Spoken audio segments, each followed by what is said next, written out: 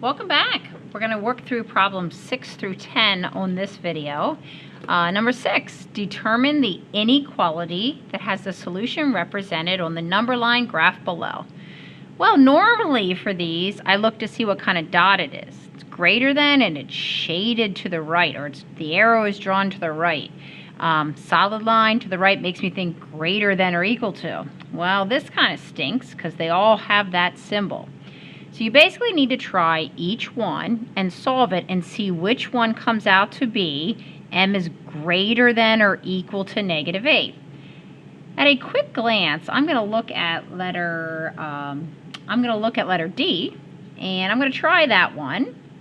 And the reason I'm going to try that one is because when I solve that for m and I add 3 to both sides, I get m greater than or equal to -8, and that was the number I'm looking for. If you see it right away like I did, great. If not, you can try each one until you get to letter D and realize that's the one that's correct. Next is number 7. Number 7 says evaluate the expression when k equals -13 and m equals 15. Evaluate is a fancy way of saying get a number answer. So I simply plug in the values. So it's 3 times -13 for k plus 4 times m, which is 15 squared. Now you all should have very good calculators when you take the exam. You could type that in one shot on the TI calculator and get 861 right away. Or feel free to do the math, show all the steps with order of operations. That's great. Do the exponents first. 15 squared is 225. And then do your multiplication next. 3 times -13 is -39. 4 times 225 is 900. And -39 plus 900 is 861. Either way, you will get 861. Next one we're going to do is number 8, which is a system. Some of you I know how to solve this with matrix on your calculator. Other people solve it by hand. I'm going to solve it by hand on here. It says Marco has 80 coins in a jar, and they are all quarters or dimes. Hence, the Q's and the D's. The total value of the coins is $11.45.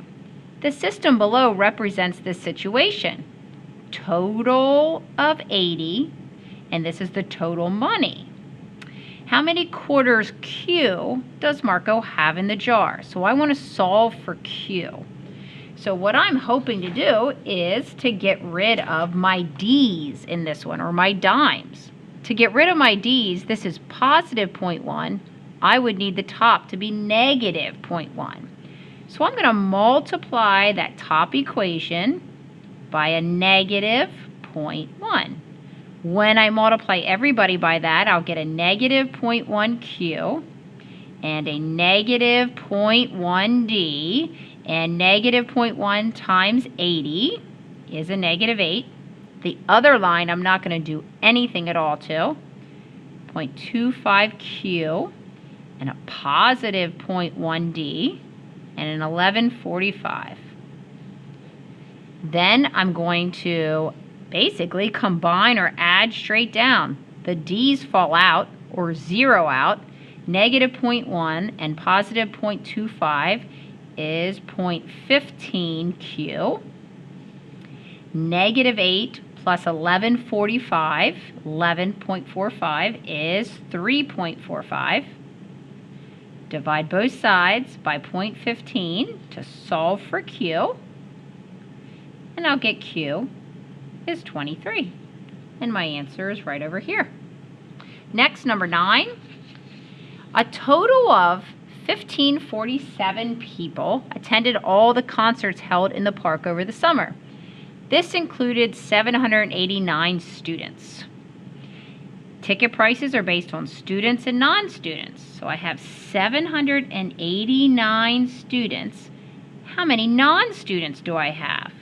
Well, if I have a total of 1547 and I subtract out the students, I get 758 that are non-students. So I will put that here for my non-students. Based on the information shown, which is the best estimate for the total amount of money earned for all the concerts held in the park?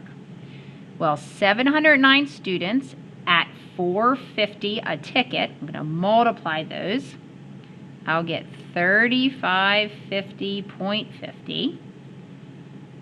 758 non-students at $6 a ticket.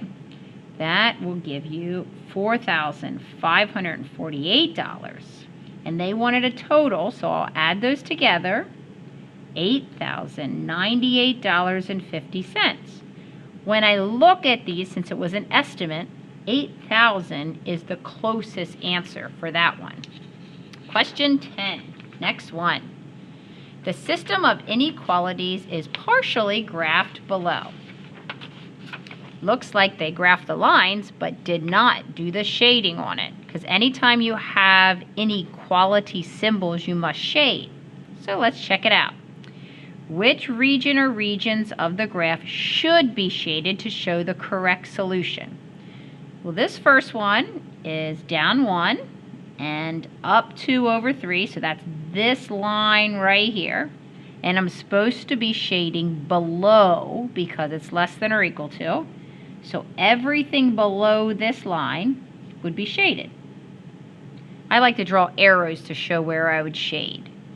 The other line is right here, and it's greater than or equal to, so I will shade above that line. And wherever you see arrows from both lines is your final answer. And I see it in this little section over here, region M. That is where it is below that line and greater than the other one. This concludes 6 to 10.